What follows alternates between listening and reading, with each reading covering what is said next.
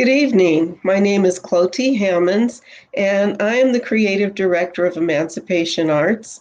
And I'm coming to you from the Phoenix Center. I'm a resident artist here.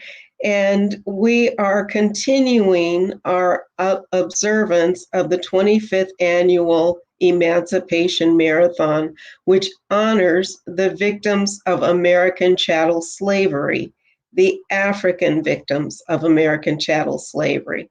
So I will start off right away, and we will follow these readings with a discussion, but we will start right now. And if you would unmute yourself, Jake, I'd like to introduce Jake Friedman, and go ahead. Cool. Thank you, Clotie. It's an honor to be here. Thank you for all the work that you're doing. My name is Jake Friedman. I am in Phoenix, Arizona, and today I will be reading for you Drapetomania, When Fighting Oppression is a Mental Illness. And there's an epigraph to start. The article was originally, I have a cat, sorry. Psychology Today by Dale Hartley, MBA, PhD, posted May 21st, 2021. And the article begins with an epigraph. Corrupt, but seasoned with a gracious voice, from the Merchant of Venice. Almost anyone touring the South's remaining antebellum plantations is immediately impressed by the splendor of these estates and the luxury, albeit quaint and devoid of modern conveniences, that the landed gentry of that era enjoyed. Anyone with a conscience is equally impressed by the fact that this gracious mode of living was supported in its day by the twin pillars of horror and brutality. Everything beautiful about a plantation is an errant facade cloaking the abomination of slavery. Speaking of slavery, the term wage slave is sometimes applied to the kind of employment familiar to many of us. Short of committing a criminal act at work, what is one of the worst things that an employee can do to provoke an employer's wrath? How about any act perceived as insubordination? At work, employees are typically seen as subordinate to their superior, whether or not that terminology is used. Challenging that power differential is, in some workplaces, the modern equivalent of a slave confronting his master, prepared to be punished. And yet this master-servant relationship passes as the accepted conventional status quo in some workplaces in free, democratic societies, which otherwise champion the autonomy of the individual and the preservation of civil liberties. Consider these examples, all of which I have either experienced or witnessed in the workplace, and in all likelihood, so have you. It has come to my attention that you, insert accusation here, who told you that? None of your business. Company policy prohibits coworkers from dating. Don't bring up pay raises or other relevant but inconvenient topics in the meeting. The dress code requires black or navy blue pants. Your pants are charcoal gray. Have you ever feared that you would be fired if your employer discovered you were looking for another job? Have you ever observed or experienced retaliation for reporting misconduct, harassment, discrimination, or other malfeasance? Employers, business groups, and politicians who are currently blaming enhanced unemployment compensation benefits for the shortage of workers seem to be operating under the theory that people are naturally lazy and shiftless and need to be forced back to work. Now substitute the word slave for people in the preceding sentence, and we're back to antebellum thinking. This self-serving and adversarial position is easily disproved. Wikipedia is the result of people working without pay to build an online encyclopedia. Free open source software is another example. There are thousands of digital nomads roaming the world now because they would rather live out of a backpack and experience diverse places and cultures than submit to wage slavery. And yet they work online to support themselves with no employer forcing them. People are motivated to work at tasks they enjoy or for which there is sufficient incentive. What is drapetomania? In 1851, a physician, Samuel Cartwright, presented a paper to the Medical Society of Louisiana in which he offered his diagnosis of, quote, a disease of the mind which induces the Negro to run away. He called this purported mental disease drapetomania. Cartwright believed that this sickness of slaves stealing themselves away from their masters must be remedied, or it could spread like a pandemic. The remedy, according to Cartwright, was as follows. Awe and reverence must be exacted from them, or they will despise their masters, become rude and ungovernable, and run away. Cartwright went on to invoke the Bible in support of his remedy. It is worth noting that he does not cite chapter and verse, although I will, because in that day the Christian justifications of slavery would have been familiar to his audience. When all this is done, if any one of more of them, at any time, are inclined to raise their heads to a level with their master or overseer, humanity and their own good require that they should be punished until they fall into that submissive state which it was intended for them to occupy in all after time, when their progenitor received the name of Canaan or submissive knee-bender. They have only to be kept in that state and treated like children, with care, kindness, attention, and humanity, to prevent and cure them from running away. By mentioning Canaan in the context of servitude, Cartwright was invoking Genesis 9:25. In the biblical account, Canaan is the son of Ham and the grandson of Noah. As the story goes, Noah got drunk and fell asleep naked, and who hasn't? Ham went into Noah's tent and saw his father in this condition. Upon awaking, Noah discovered Ham's intrusion and placed a curse, not on Ham, but on Canaan, and he said, "Cursed be Canaan, a servant of servants shall he be unto his brethren."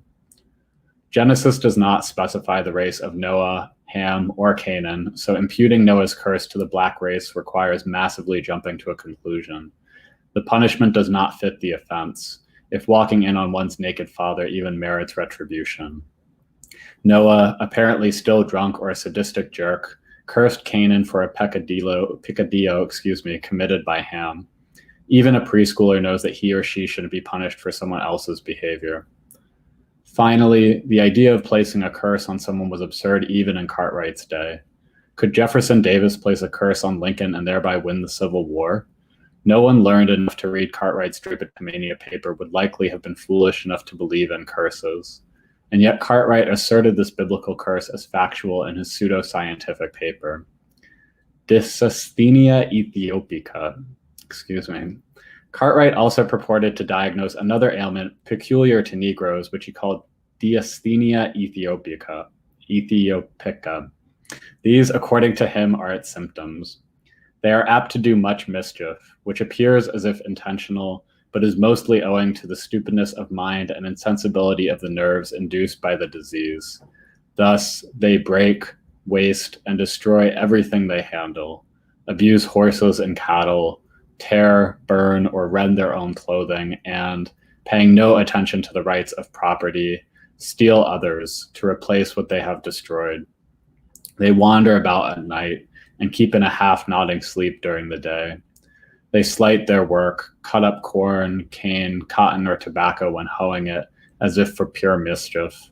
They raise disturbances with their overseers and fellow servants without cause or motive, and seem to be insensible to pain when subjected to punishment. A layperson might assume that slaves slacked off intentionally and sometimes sabotaged their work as a means of protest.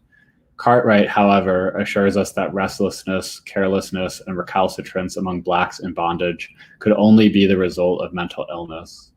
Harriet Tubman and Frederick Douglass thus were chronic and incurable cases, since they refused to be satisfied until they and others of their race were free. Speaking of Frederick Douglass, he wrote the following in his autobiography. No doubt Cartwright would regard these words as proof of a diseased slave mind.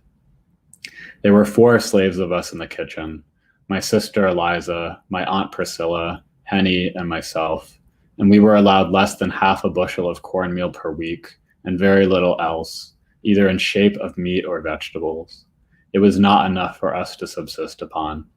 We were therefore reduced to the wretched necessity of living at the expense of our neighbors. This we did by begging and stealing, whichever came handy in the time of need, the one being considered as legitimate as the other. A great many times have we poor creatures been nearly perishing with hunger when food in abundance lay moldering in the safe and smokehouse, and our pious mistress was aware of the fact, and yet that mistress and her husband would kneel every morning and pray that God would bless them in basket and store. The refusal to adjust to inhumane conditions and circumstances, whether in slavery or in employment, indicates a normal and healthy reaction to pain, cruelty, or abuse. Characterizing oppressed people as mentally ill, as Cartwright did, is both scientifically wrong and morally reprehensible. Physician, heal thyself. And then it closes with the following. Apparently, I lack some particular perversion which today's employer is seeking. John Kennedy Toole, A Confederacy of Dunces. Thank you. Thank you, Jake. And next, I am going to introduce you to Donald Guillory. Hello. Hello, Don. Hi. Wow, you're in the forest. Well, Go ahead, please. I had to put up a green screen because I had my research. All right. I'm Don Guillory. I'm currently in Mississippi, on Oxford, Mississippi. And I have HR 40, the Commission to Study and Develop Reparation Proposals for African Americans Act. The overview. To address the fundamental injustice, cruelty, brutality, and inhumanity of slavery in the United States and the 13 American colonies between 1619 and 1865, and to establish a commission to study and consider a national apology and proposal for reparations for the institution of slavery, its subsequent de jure and de facto racial and economic discrimination against Americans,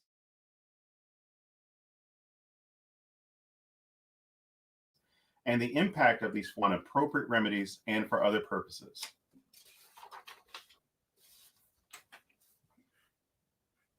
A bill to address the fundamental injustice, cruelty, brutality, and inhumanity of slavery in the United States and the 13 American colonies between 1619 and 1865, and to establish a commission to study and consider a national apology and proposal for reparations for institution of slavery, its subsequent de jure and de facto racial and economic discrimination against African Americans, and the impact of these forces on living African Americans, to make recommendations to the Congress on appropriate remedies and for other purposes. Being enacted by the Senate and the House of Representatives of the United States of America in Congress assembled. This act may be cited as the Commission to Study and Develop Reparation Proposals for the African Americans Act. That's Section 1. Section 2, Findings and Purpose. A, Congress finds that 1, approximately 4 million Africans and their descendants were enslaved in the United States and the colonies that became the United States from 1619 to 1865. 2, the institution of slavery was constitutionally and statutorily sanctioned by the government of the United States from 1789 through 1865. Subsection 3. The slavery that flourished in the United States constituted an immoral and inhumane deprivation of Africans' life, liberty, American citizenship rights, and cultural heritage, and denied them the fruits of their own labor. Subsection 4. A preponderance of scholarly, legal, community, evidentiary documentation, and popular cultural markers constitute the basis for inquiry into the ongoing effects of the institution of slavery and its legacy of persistent systemic structures of discrimination on living African Americans and society in the United States. In subsection 5, following the abolition of slavery, the United States government at the federal, state, and local level continued to perpetuate, condone, and often profit from practices that continue to brutalize and disadvantage African Americans, including sharecropping, convict leasing, Jim Crow, redlining, unequal education, and disproportionate treatment at the hands of the criminal justice system. And as a result of the historic and continued discrimination, African Americans continue to suffer debilitating economic, education, not limited to having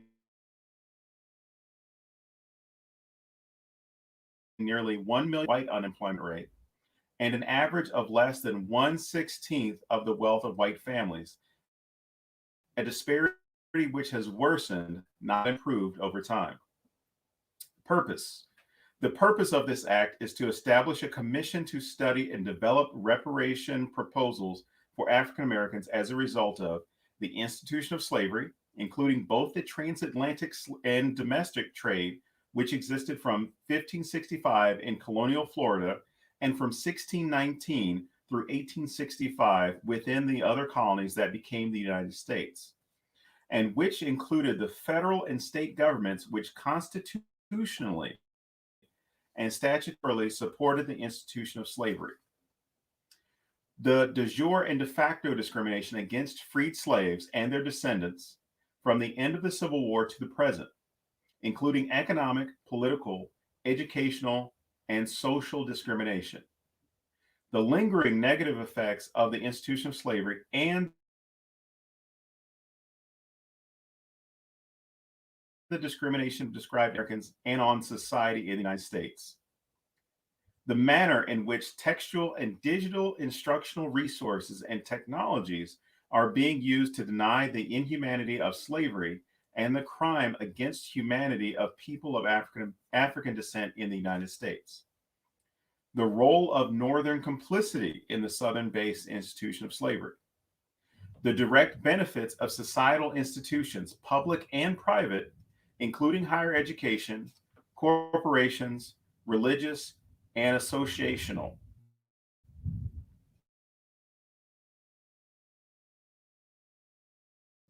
The direct benefits to ways to implement appropriate remedies in consideration of the Commission's findings on the matters described in paragraphs 1 through 6, and submit to the Congress the results of such examination together with such recommendations.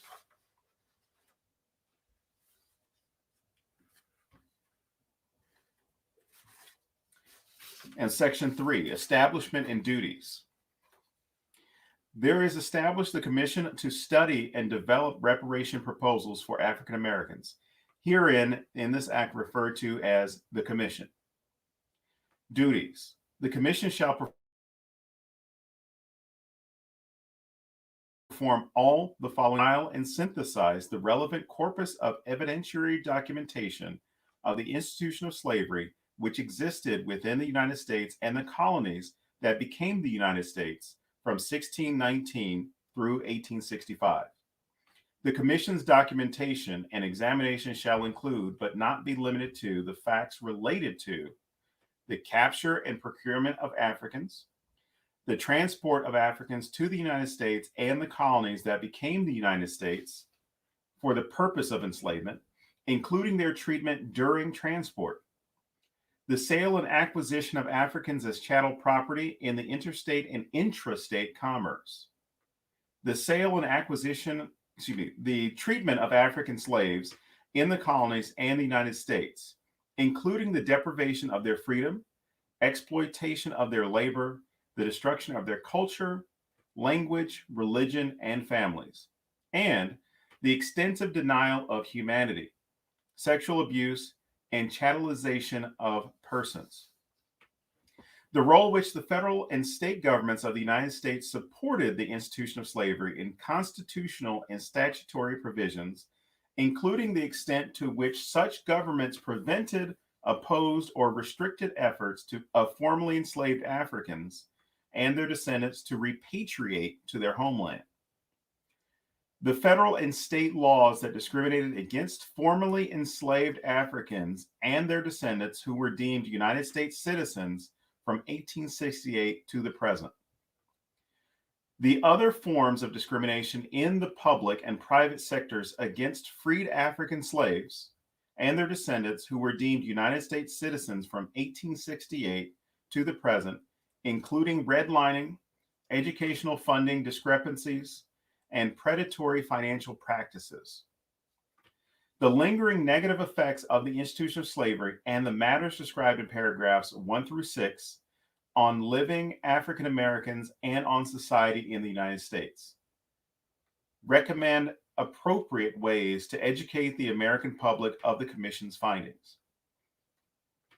Recommend appropriate remedies in consideration of the Commission's findings on the matters described in paragraphs 1 through 6. In making such recommendations, the Commission shall address, among other issues, the following questions. How such recommendations comport with international standards of remedy for wrongs and injuries caused by the state.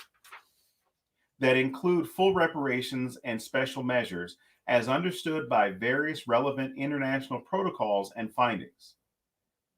How the government of the United States will offer a formal apology on behalf of the people of the United States for the perpetration of gross human rights violations and crimes against humanity on African slaves and their descendants.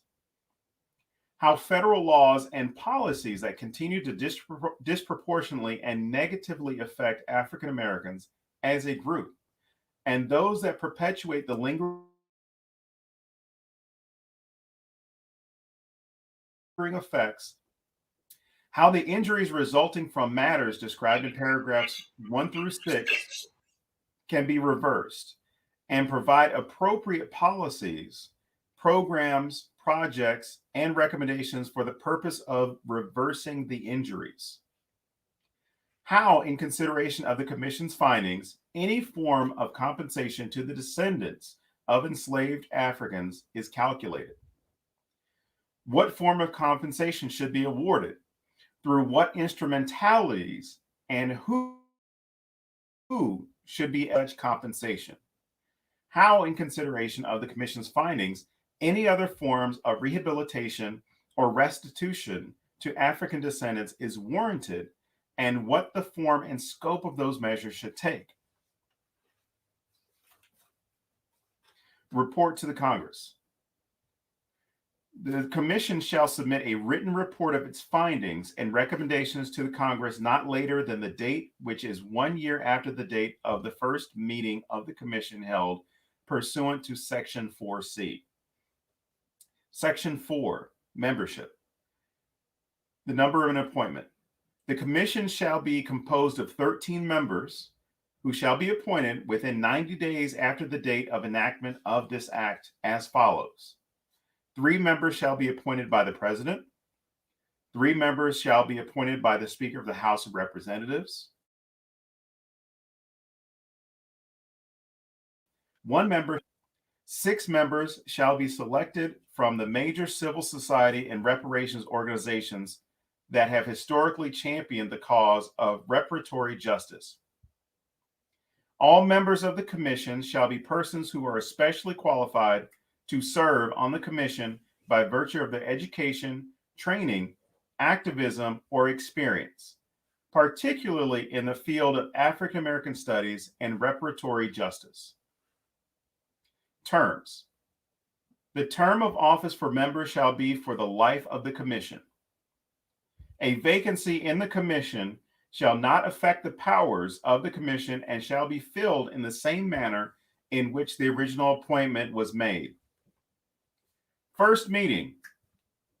The President shall call the first meeting of the Commission within 120 days after the date of enactment of this act, or within 30 days after the date on which the legislation is enacted, making appropriations to carry out this act, whichever date is later. Quorum. 7 members of the Commission shall constitute a quorum, but a lesser number may hold hearings. Chair and Vice Chair. The Commission shall elect a chair and vice chair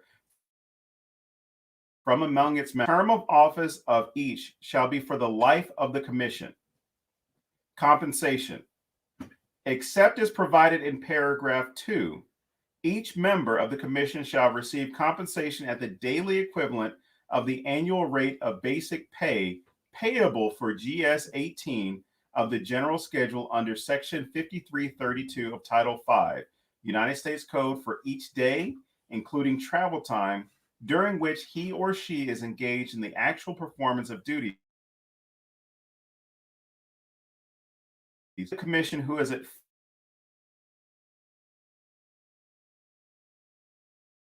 a full-time office, no additional pay, allowances, or benefits by reason of his or her service to the Commission.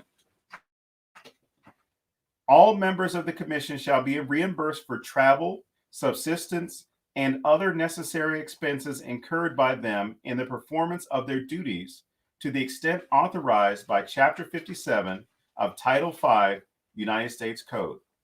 Section 5, Powers of the Commission. Hearings and sessions. The commission may, for the purpose of carrying out the provisions of this act, hold such hearings and sit and act at such times and at such places in the United States and request the attendance and testimony of such witnesses and the production of such books, records, correspondence, memoranda, papers, and documents as the commission considers appropriate. The commission may invoke the aid of an appropriate United States District Court to require by subpoena or otherwise such attendance, testimony, or production. Powers of the subcommittees and members. Any subcommittee or member of the commission may, if authorized by the commission, take any action which the commission is authorized to take by this section. Obtaining official data. The commission may they may acquire directly from the head of any department, agency, or instrumentality of the executive branch of the government available information which the commission considers useful in the discharge of its duties. All departments, agencies, and instrumentalities of the executive branch of the government shall cooperate with the commission with respect to such information and shall furnish all information requested by the commission to the extent permitted by law. Staff. The commission may, without regard to section 5311B of Title V United States Code, appoint and fix the compensation of such personnel as the commission considers appropriate. Applicability of certain civil service laws. The staff of the commission may be appointed without regard to the provisions of Title V United States Code, governing appointments in the competitive service, and without regard to the provisions of Chapter 51 and Subchapter 3 of Chapter 53 of such title relating to classification and general schedule pay rates, except that the compensation of any employee of the commission may not exceed a rate equal to the annual rate of basic pay payable for GSA 18 of the due of Title V United States Code. Experts and consultants. The commission may procure the services of experts and consultants in accordance with the provisions of Section 3109B of Title V United States Code, but at rates for individuals not to exceed the daily equivalent of the highest rate payable under Section 5332 of such title. Administrative support services. The commission may enter into agreements with the administrator of general services for procurement of financial and administrative services necessary for the discharge of duties of the commission. Payment for such services shall be made by reimbursement from funds of the commission in such amounts as may be agreed upon by the chairman of the commission and the administrator. Contracts. The commission may procure supplies, services, and property by contract in accordance with applicable laws and regulations, and to the extent or in such amounts as are provided in appropriations acts, and enter into contracts with departments, agencies, and instrumentalities of the federal government, state agencies, and private firms, institutions, and agencies for the conduct of research or surveys, the preparation of reports, and other activities necessary for the discharge of the duties of the commission, to the extent or in such amounts as they are provided in appropriations acts. Section 7, termination. The commission shall terminate 90 days after the date on which the commission submits its report to Congress under Section 3C. Authorization and appropriations. To carry out the provisions of this act, there are authorized to be appropriated $12 million US.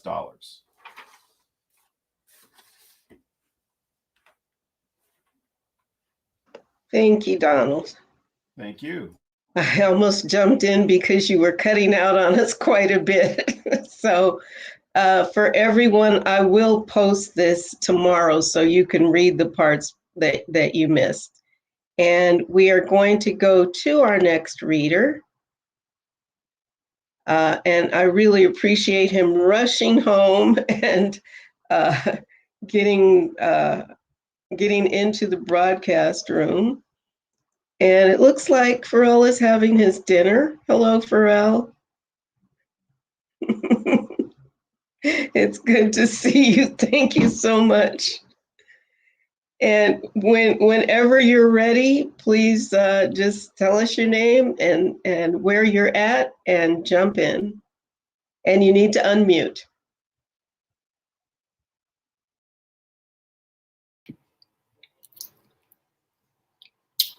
Hello, everyone. My name is Farrell, and I'm going to start my reading assignment. You guys ready? Manumission. Manumission is defined as the formal process by which a slave owner can give his slaves their legal freedom. During the period of American slavery from the 1600s to 1865, it was one of the main avenues available for a slave to obtain his or her freedom.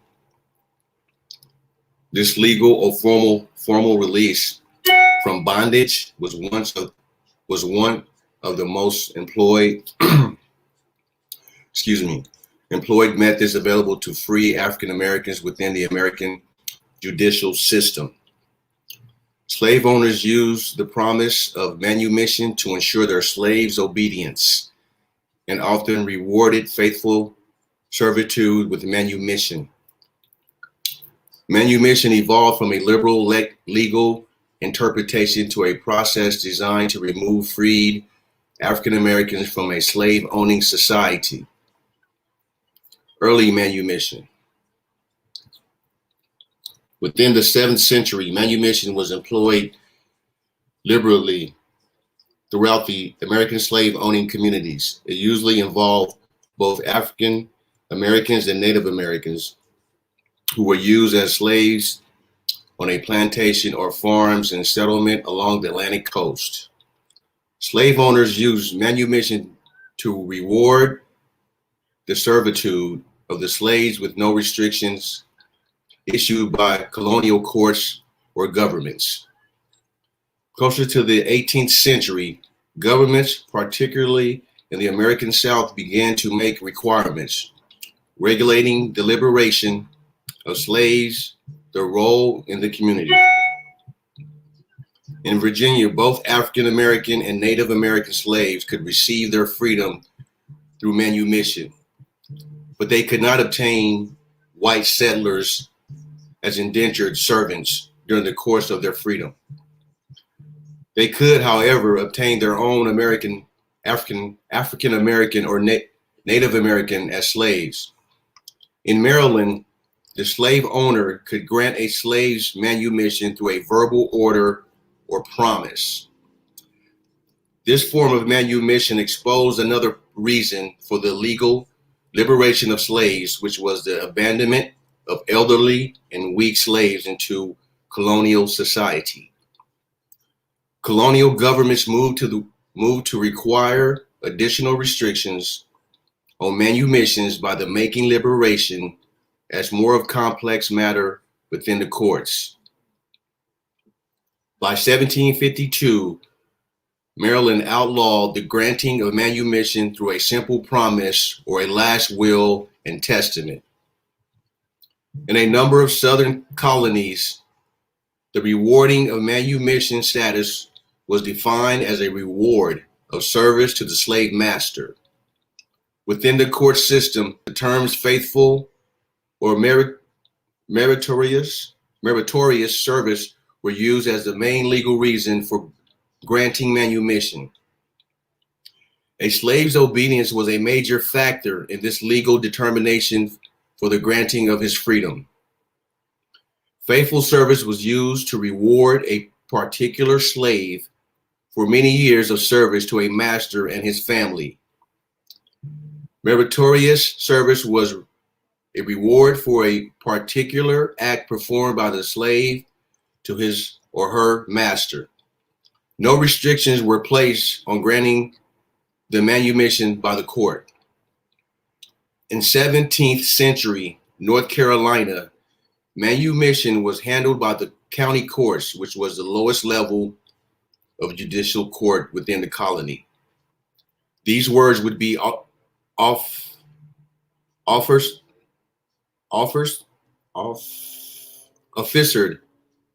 by members of the county who were appointed by the State General Assembly. In the same period, Georgia saw manumission as a private matter of the slave owner and did not report the granting of liberty to slaves to any organ of colonial government. Much of the liberal nature of manumission laws came from the desire of slave owners to free slaves and their children, who came as a result of cohabitation between owners and slave women. In the eyes of many owners, these mulatto children were part of their natural family, and they did not wish for them to remain in the horrific systems of slavery. This reasoning for manumission was very common among Quakers in northeastern North Carolina before the church membership moved toward a desire to emancipate or free African Americans.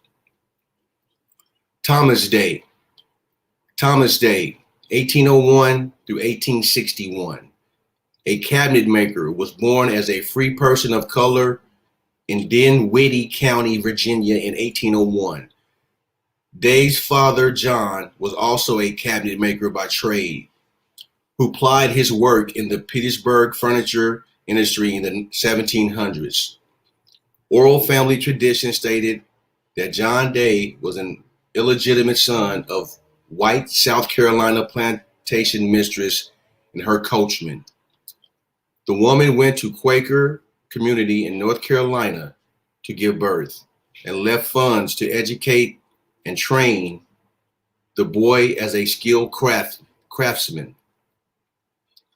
Similar to other free blacks, Day followed into the cabinetry business, which provided custom built furniture for markets in both North Carolina and Virginia.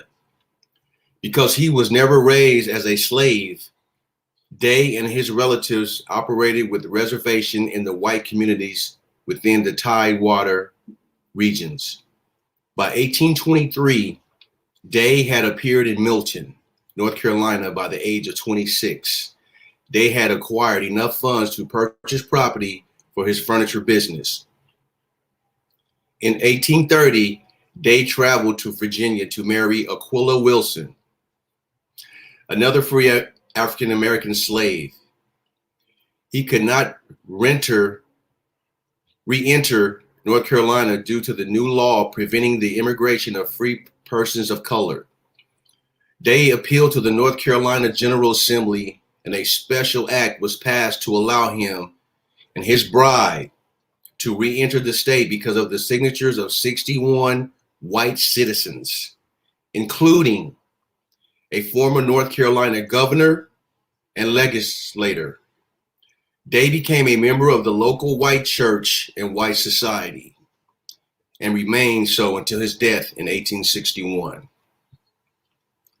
Another form of manumission can be found in what can be described as self-purchase arrangements. In these particular cases, a slave would work and generate funds, which would eventually lead to the slave being able to purchase himself from his master. Many of these slaves would not be trained in a skilled profession, such as a blacksmith, craftsman, mechanic, artisan. They would be contracted to other masters to work in small towns and ports to generate funds for their particular owner. These agreements were designed to motivate skilled slaves to work without immediate supervision. Older slaves would purchase their freedom from their masters, and the masters can take those funds to buy younger slaves. In some cases, these slave owners would retain the legal rights to the children of the manumitted slave for the life of the children. In other cases, the children would be entitled to freedom when they reached adulthood. The process of self-purchase was a profitable system for the slave owner, in which he would earn maximization of his investment in his slaves. As in the case of Maryland's liberal manumission policy, colonial governments moved to place restrictions on manumissions to ensure that elderly, weak, or particularly rebellious slaves were not liberated into society. In both New Jersey and New York, the slave owner was required to provide a bond so that the liberated slave would receive an annual payment. By 1717, New York had removed the requirement for an annual payment, but still required the slave owner to post a bond with the colony. Connecticut required its slave owners to assume responsibility for their former slaves and to provide support and care for the liberated slave. This practice of manumission in the northern states continued until nearly all the states north of the Mason-Dixon line had emancipated their slaves in the period after the American Revolution. Even as British colonies, the southern states moved to place restrictions on granting manumission by placing controls on the liberated slaves. In 1712, South Carolina required manumitted slaves to leave the colony. Once the courts approved their manumission status, Southern states saw the potential danger of their white population being outnumbered by their slaves and feared that liberated slaves would become potential leaders in slave insurrections. Initially, North Carolina required liberated slaves to leave the colony prior to the American Revolution, but the weak county court system did not enforce this law with the freedom of African American population. Many of the state court systems had operated with a liberal interpretation of the state manumission statutes and allowed for manumission cases to move forward without any restrictions. In addition, religious groups who advocated emancipation used the manumission laws to free numbers of slaves within society. In North Carolina, Quakers used the lax enforcement of manumission laws to free slaves in Quaker-dominated communities. 19th century manumission. In the 19th century, manumission was seen as one legal method to control the African American population in the southern United States. The occurrence of slave insurrection by Denmark Vesey, 1822, and Nat Turner, 1831, prompted the southern states to place further restrictions on the practice of manumission. Southern leaders were becoming increasingly convinced that free slaves, coupled with support from abolitionists and religious organizations, would prompt more numerous and stronger slave revolts in the future. Abolitionists and religious organizations would prompt more numerous and stronger slave revolts in the future. Initially, southern states sought to control the process of manumission through the court systems. In North Carolina, manumission cases were moved from the county courts to more restrictive superior courts in 1830. Slave owners had to file a written petition to superior court if he wished to liberate a slave through manumission. In addition, he had to publish a notice in the newspaper stating his intentions 6 weeks prior to the act of liberation and enter a bond for $1,000. Religious organizations attempted to circumvent the courts by granting manumission through a deed or trust to other family members or to the church as a private corporation. Through these method, groups like the Quakers used manumission to move slaves from bondage into the Underground Railroad. a loosely organized system that worked to transport slaves from slavery to the free North. In these cases, the higher state courts ruled the manumission could not violate the state laws pertaining to the African American slave community. State Supreme Courts began to rule in favor of the restrictive slave laws, and successful manumission cases were becoming small in number. Nearly all Southern states passed laws that required manumitted slaves to leave the state once a manumission petition was granted. In North Carolina, a free slave had within 90 days to leave the state. If the free man returned, then he could be arrested and sold back into slavery. Other Southern states were similar to North Carolina in their restrictions concerning manumission, petitions, and requiring free slaves to leave the state.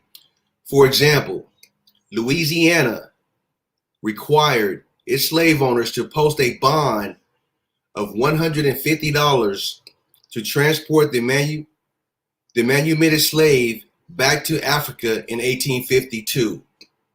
Through this method, states hoped to reduce the number of free African Americans living in the state, which would also reduce the danger of free slaves.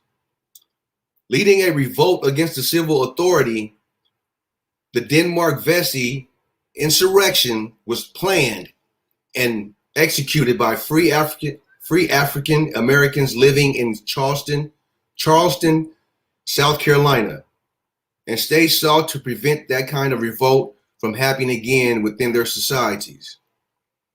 In addition to the fear of insurrections, the prosperity of cash crops on the plantation systems also served to reduce the number of manumissions found in the southern states. Slave labor was invaluable to the production of large cash crops, such as cotton and tobacco. Owners were less likely to manumit slaves if the owners were sure that their labor was needed to harvest crops. The migration of white property owners into the Black Belt of Alabama, Georgia, and Mississippi ensured the reduction of manumission rates in the lower South. Slaves remained an important financial safeguard where land could be bought and sold in local communities. During times of economic distress, manumission petitions surfaced in the state courts as slave owners attempted to weed their chattel of sick and weak slaves. Despite that requirement of posting a bond to the court and transportation out of state. In the years leading up to the U.S. Civil War, manumission rates dropped throughout the South. The fear of slave rebellions and economic prosperity generated by the production and harvest of cash crops removed the white population desire to manumit slaves. Religious groups such as Quakers migrated northward to the American Midwest due to the restrictions based on their church organizations and their attempts to free slaves through manumission and transference of deeds. Freed African Americans lost many of the civil liberties that they had enjoyed during the colonial government period. They were now forced to register with county superior courts so that their movements could be tracked within the white community. By the 1860s, the majority of southern states removed all legislations that supported any kind of emancipation, including manumission. By the removal The leadership of the white community could be assured that the African American community, whether free or slave, was under its control of supervision. Thank you. My pleasure. I'm going to add the other gentleman to our conversation. And this year it's a little bit different because we haven't had conversations previously. I give people something to read. I want y'all to think about it. I don't want to hear a lot of talk. So this year we are going to have some conversations. And Jake read earlier about the quasi-science of drapetomania, which it was a diagnosis when a slave did anything rebellious of a mental illness. And Donald read the facts of HR 40, and I think it's extremely important to hear those proposals out loud and how the process of reparations would be conducted by government. And then lastly, we heard about manumission.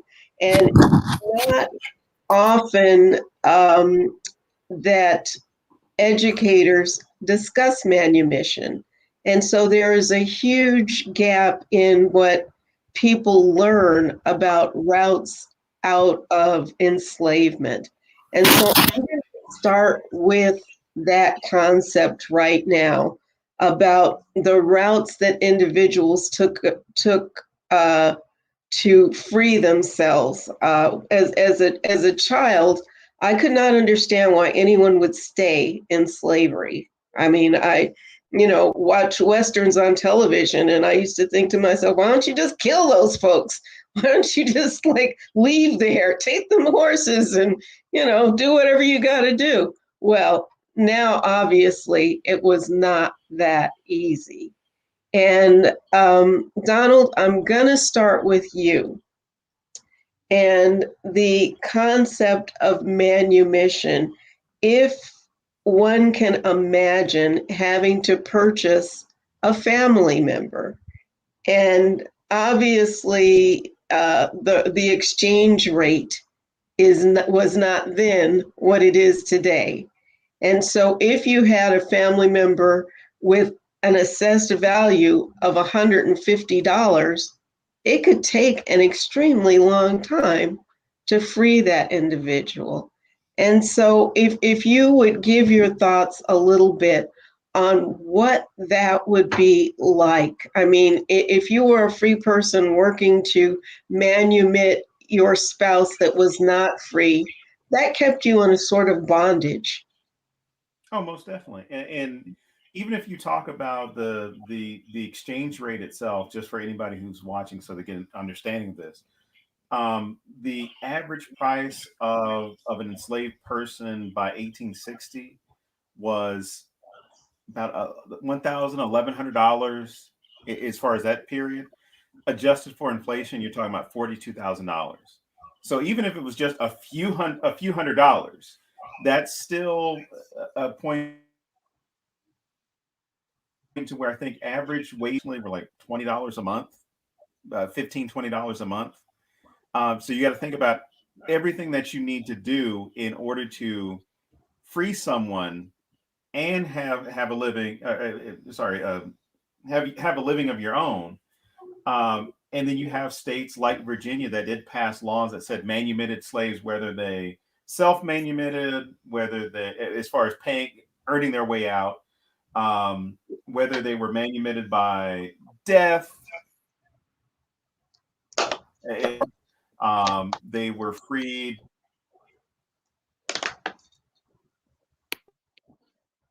based You're off of a frozen. court judgment. You're freezing on us. To earn enough money. Yeah, everybody went out for me. We've got a I'm going to put storm the out here. same. If you got 9.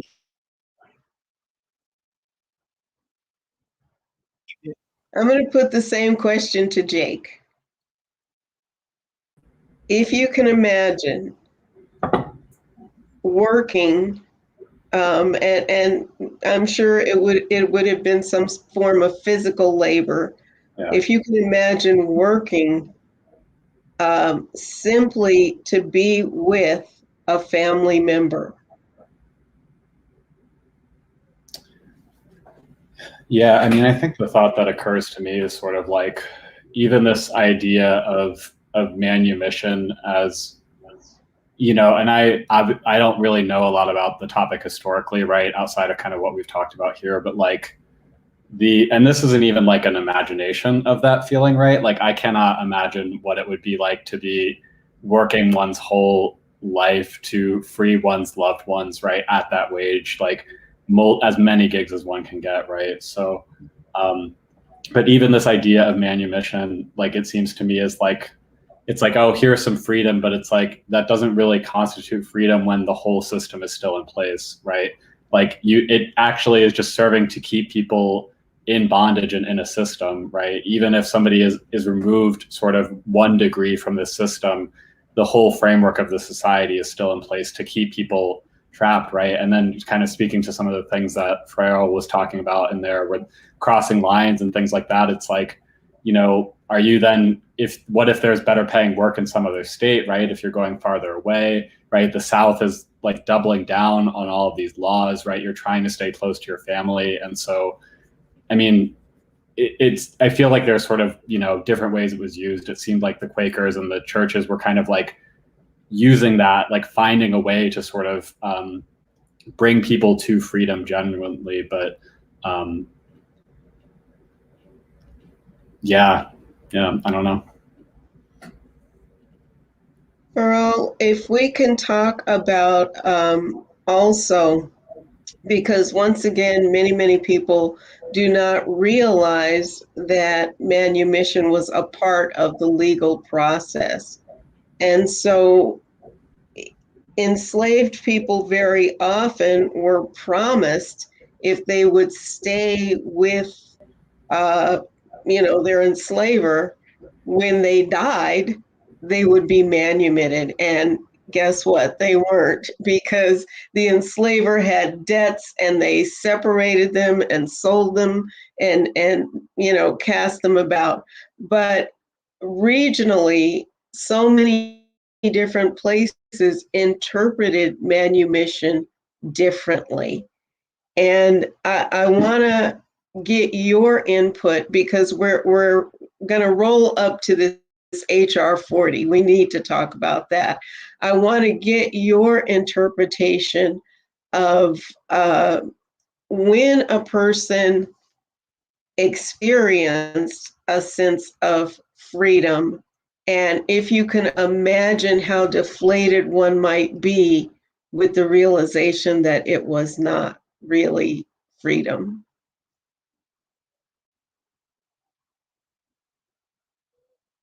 And you're muted, by the way. Okay.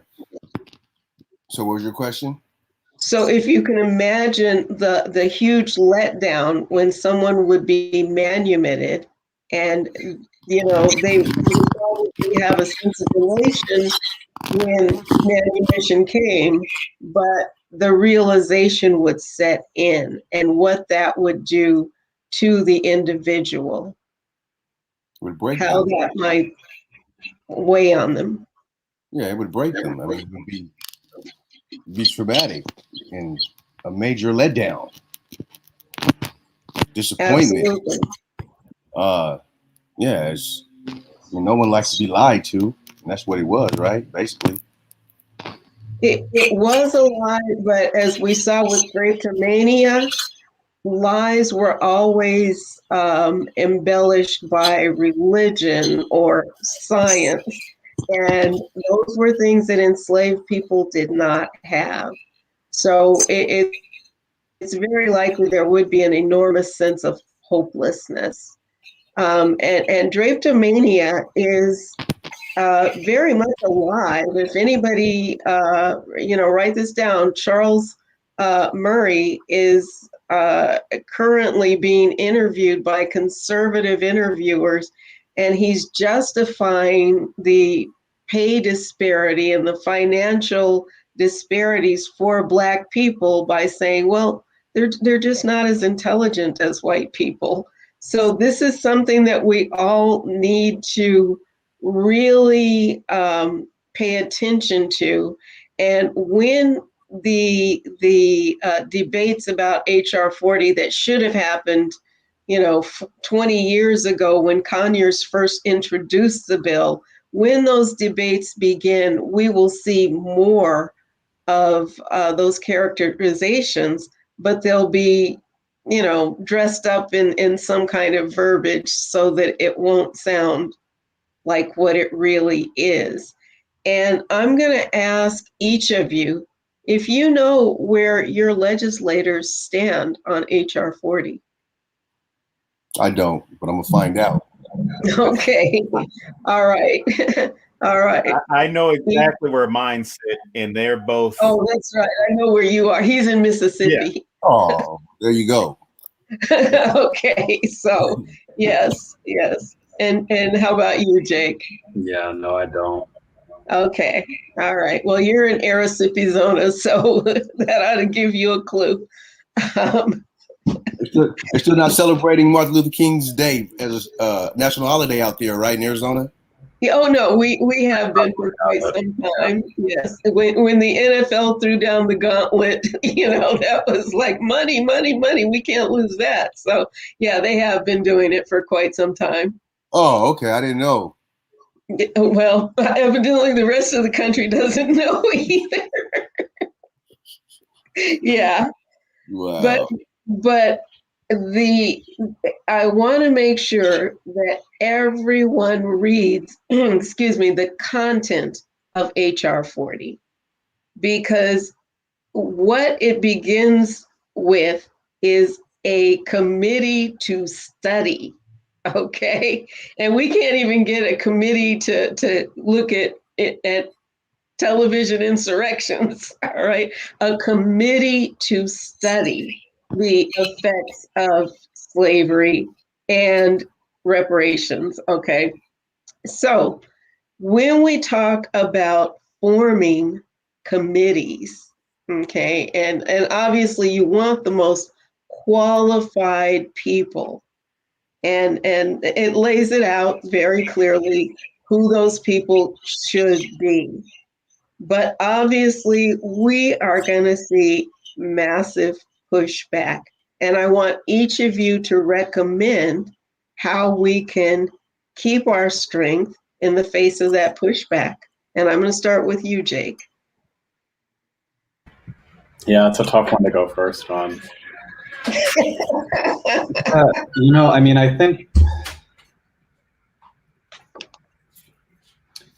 I think when there are these kind of legislative efforts and these kinds of pushbacks, right? I think coming together as a community and really, and I don't think that this needs to be like explicitly political, right? Like we'll sort of, there will be organized action against those things, right? But I think when communities and values are under threat, like we need to come together around those communities. And I think that a lot of the ways that we gain and maintain strength are honestly through things like this, right? I think so much of the problem with the reparations bill is that this, white people in this country and this country as a whole doesn't really have any understanding of history, right? And so they're trying to remove history. And so I think history is really sort of so problematic for this country. And I don't understand why. Like this isn't even that long ago, right? We're just talking like 150 years. That's just really like so short. And so I think doing things that really sort of like bring that history back or kind of like call attention to it. I'm not as concerned personally at this point about trying to win people over. I think half of this country is living in a completely different world. And so I think it's better for us to be focusing on us, our community, and how we're going to move forward the things that we're going to, right? I think when those things are taking place, like there are lots of things that we need to be doing, but we need to make sure we're taking care of each other first, I think. Okay. Okay. And Cheryl, what do you think? What's the way that we can keep this alive? By spreading the word to more people, getting more people involved. Okay. More people involved and more people that's aware and conscious of what's going on, and their strength in numbers. That's how I look at it. Okay, and I would agree with that. Donald, what would you suggest as methodology in building that strength in numbers? I think it comes down to mainly education,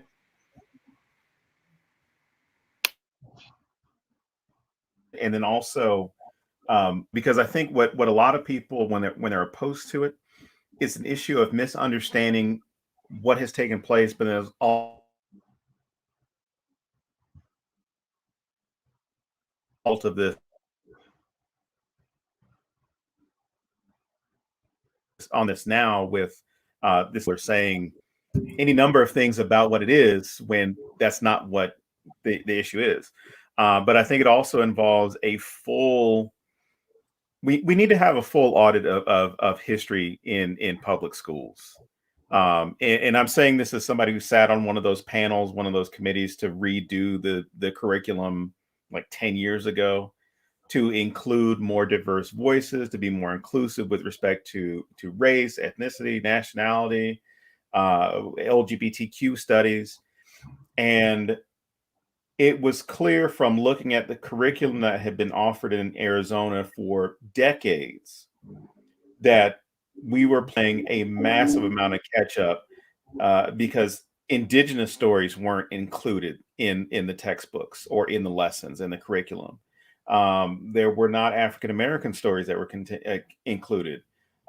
Hispanic stories weren't included. It was kind of this general boring mishmash of stories and issues and things that lent itself to American mythology. So I think what it's going to come down to is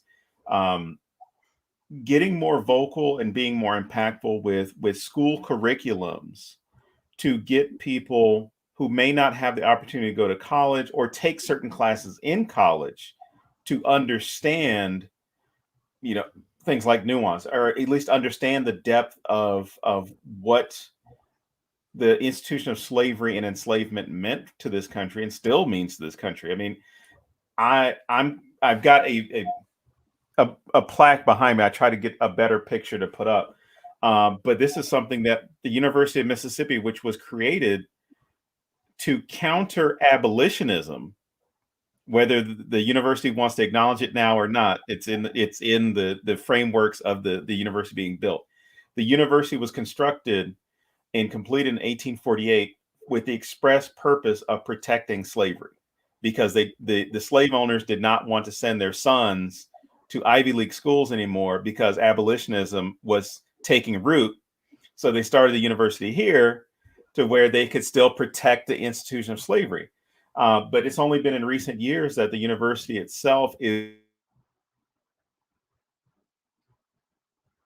acknowledging the campus and slaves were used to build the campus.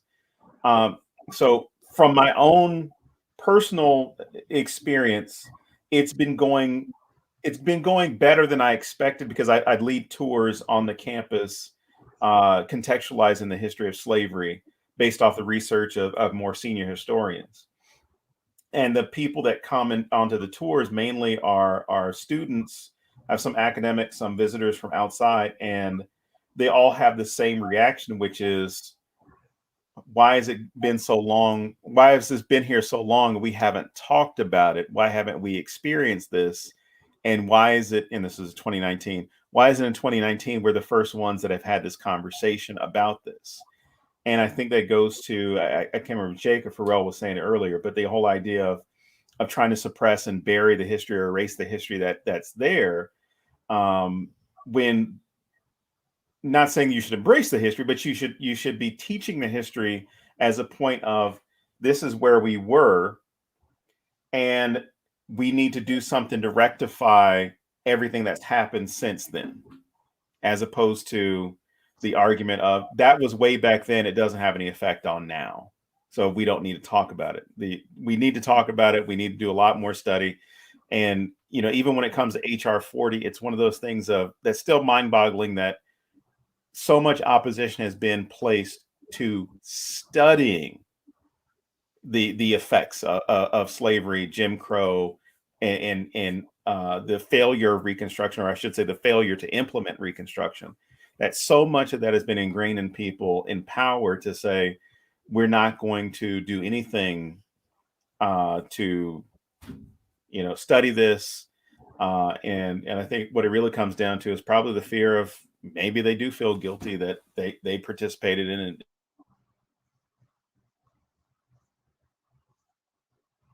and profited from it.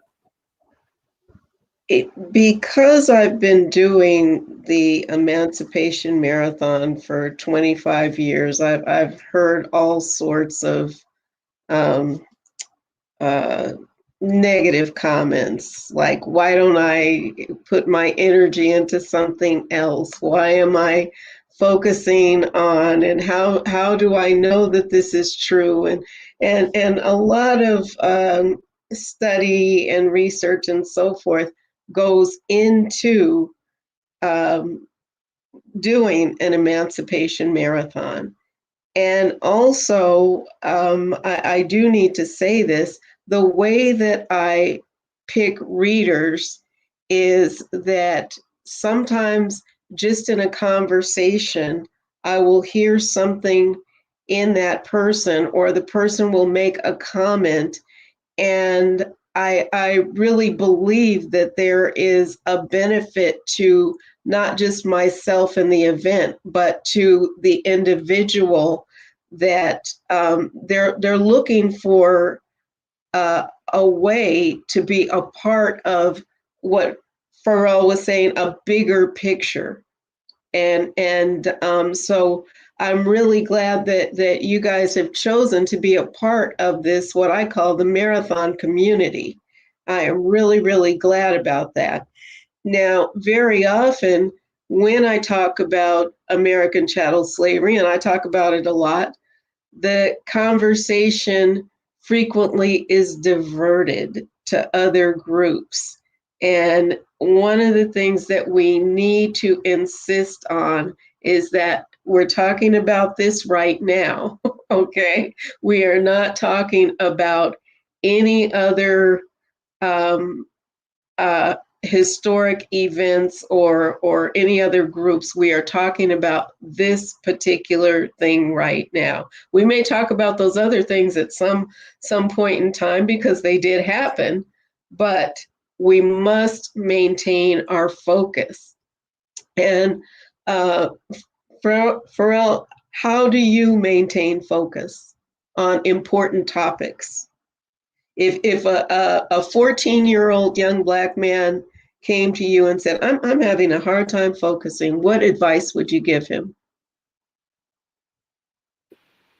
I would ask him what is the challenge that's preventing him from focusing. I would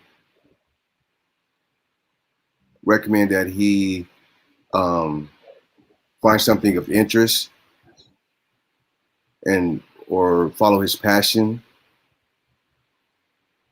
What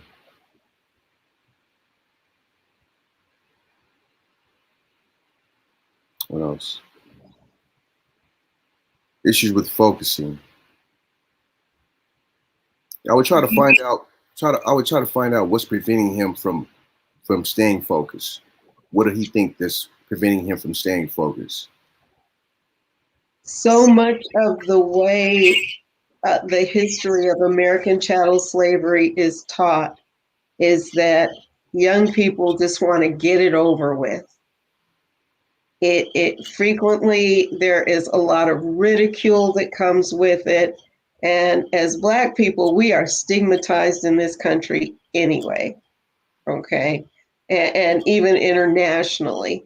And so I encourage young Black people to see themselves in the history. I always tell them, insert yourself in the history. Where were your great grandparents? Where were other people that look like you? So I always encourage them to insert themselves in that history. Donald, what would you tell a 14-year-old?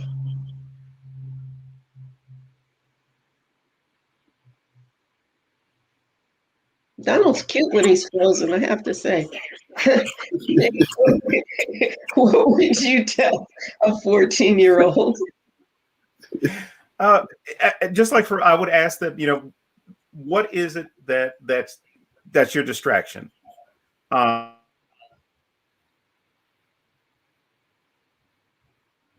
What is your goal? I mean, those preventing you from getting there.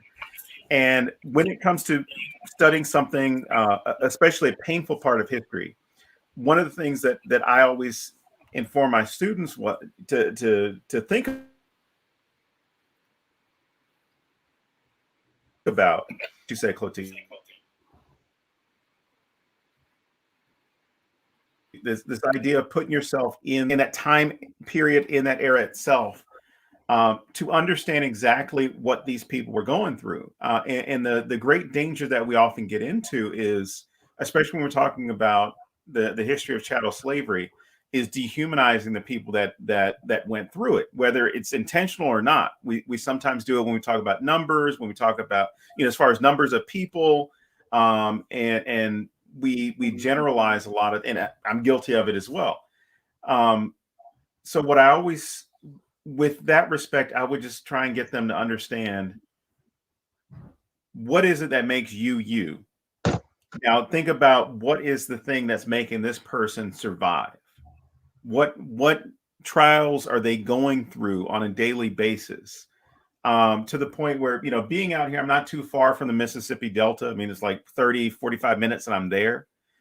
And when the weather is like ridiculous, when it's bad, I just think to myself, I brought this up to my mother when she was visiting a couple of weeks ago. I forced myself into thinking about how people were dealing with the same conditions as far as weather, inclement weather or excessive heat, and the idea that they had to work in that, or they were mistreated, or if you escaped, how did you make it?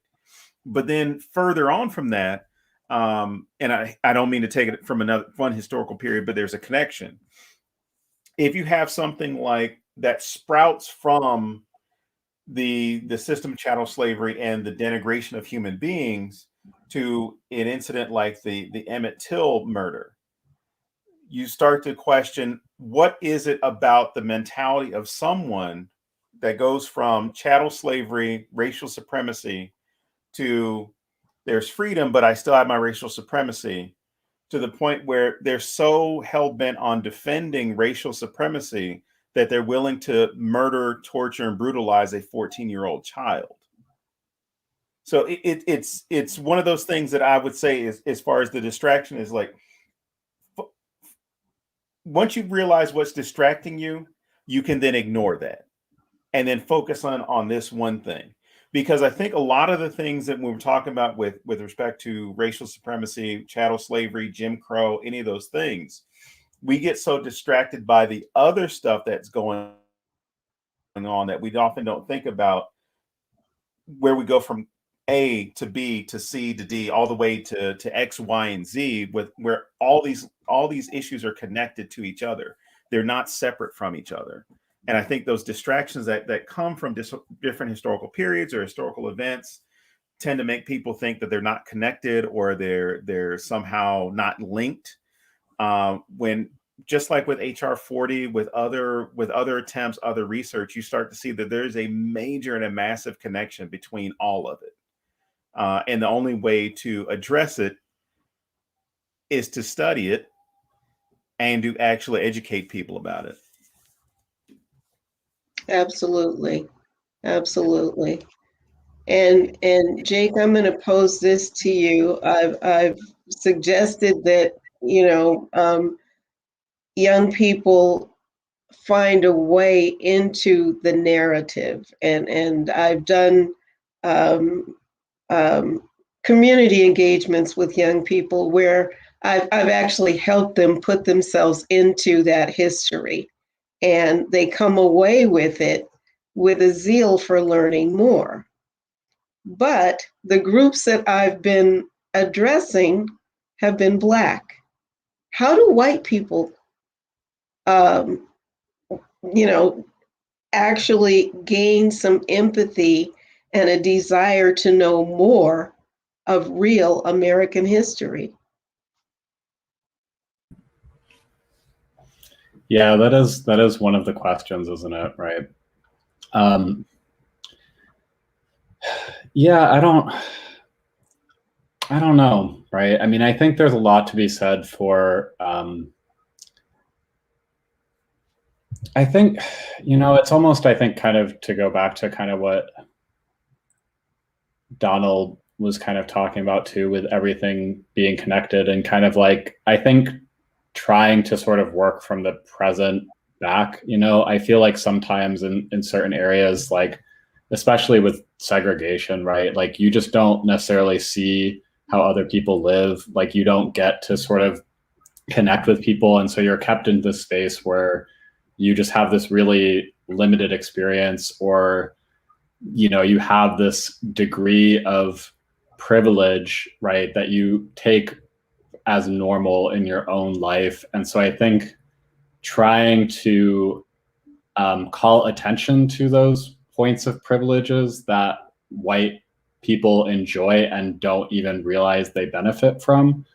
I think what I feel like I'm seeing a lot right now is, certain people getting upset who are white about kind of like, like, I tend to work in sort of like a literary vein, right? And so like a lot of the awards are like, they're really diverse, they're really colorful, right? Like, you got lots of people winning these awards, and to the effect now that there's sort of like, one white person, maybe sometimes not even.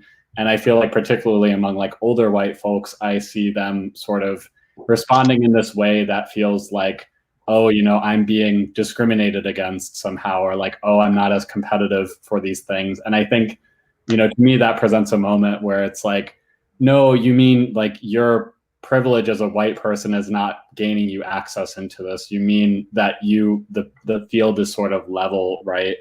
And so I think like trying to identify those points of privilege and to contextualize them can sort of help people get a better understanding. I also think sometimes like, I don't know. I mean, there is a certain kind of, not to sort of do like a reverse argument for the drapetomania, but like there is a kind of sociopathology, I think, sometimes to racism, and to like, I do think people have humanity, right? I think everyone has that, but I think sometimes people get very wrapped up in ideas that they need to believe or hold on to. And so I think, like, to go back to what Donna was saying, it's like that education, I think, is just really crucial, right? Particularly outside of like a family unit or a community or even a whole country that is trying to keep people from sort of seeing what's going on, right? I think it's like, I think there's always a tension or a balance between like sort of some of these like empathy approaches, right? Like I'm thinking of like the Underground Railroad, 12 Years a Slave, some of these really visual and graphic depictions of slavery, right? That I think maybe that can have an effect, that somebody can be like, hey, I really had no idea. I really feel that. It's very visceral. But then also at the same time, needing to have a present historical understanding of that. It's like, yes, just because that happened, like, let's look at mass incarceration, or let's look at all of these other things that are direct descendants of that system, right? And so I think that kind of like that graphic, that horror approach, I think there's a lot of tension in that, right? I think it's something that we need to reckon with, right? And we need to sort of be able to come to terms with, right? Especially as white people who were really like administering that trauma, right? And still administer that trauma that we still see administered every day, right? Well, Jake, I do want to mention, I asked you, how can white people help? And you have helped. Jake has helped put together an anthology of Black stories in Arizona. And that's very important work. And, he's not patting himself on the back, but he has really done something major in a city and state where we are not a part of the historical narrative. And, as far as political power and so forth, we are just wholly excluded. And so I really do appreciate working with Jake on this particular anthology. And I want to put it in the hands of as many white folks as I can get it out to. Yeah. And I want to cop because that's part of my research. So I'm going to contact you. Okay, sounds good. Sounds good. And also, it's not. I have to say, if a program about American chattel slavery comes on at the same time that Big Brother House comes on, I promise you, there'll be a very high number of white folks that will be watching the Big Brother House and looking away from potentially this other story. And so we really have got to put as much, not just visual work, but as much literature, as much song, as much dance, as much art as we can get into the world about these topics. And it must be authentic. Mhm. It must be authentic. Earl, where are you located? You didn't say where you are when you started earlier. You're muted. And I can't read lips. I'm in the Bay Area. Okay, all right. Home of the Black Panthers. Huey P. When I lived in the Bay Area, people would say, "What kind of accent is that? Where are you from?" And I'd say, "I'm from Arizona, and I'm from Phoenix." And they'd say, "What? They have Black people in Phoenix?" And I'd say, "Well, there was one, but I'm here now, so no, I guess not." But we are so marginalized here that, people very often are like, "Why would you live in Phoenix?" And so, the work that we have to do is very important. And I thank all of you for reading. And the thing about reading out loud, it can be almost like stumbling, like wearing somebody else's shoes and stumbling, because we don't normally read out loud. But it's important to say these words out loud, even just so you hear it. And so I'll keep doing this, and you are going to be invited to Emancipation Marathon number 26. So hopefully I'll be more adept with technology by then too. Thank you very much, fellas. And that is going to conclude our day 5. It's been wonderful. Well, thank you, Cuzzo.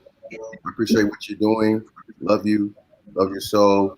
Keep doing your thing. Don't stop. I know you're not. And gentlemen, it's a pleasure meeting you. Pleasure meeting you guys, and look forward to seeing you guys again. And Jake, I look forward to meeting you in person when I come out and visit Clotty, my cousin. Yeah, let's do it. She lives down the street right now. So. Oh wow, nice. Right on. And I'm going to go and visit Donald in Mississippi. No, you're not. Yeah. Yes, I'm coming there. Because I have some family that live there, and I have some historical work to do. Okay, well, in that case, I was going to say, if you're just coming for the scenery, no. Honey, do you think I'm crazy? Good night, everybody. Thank you, Chloe.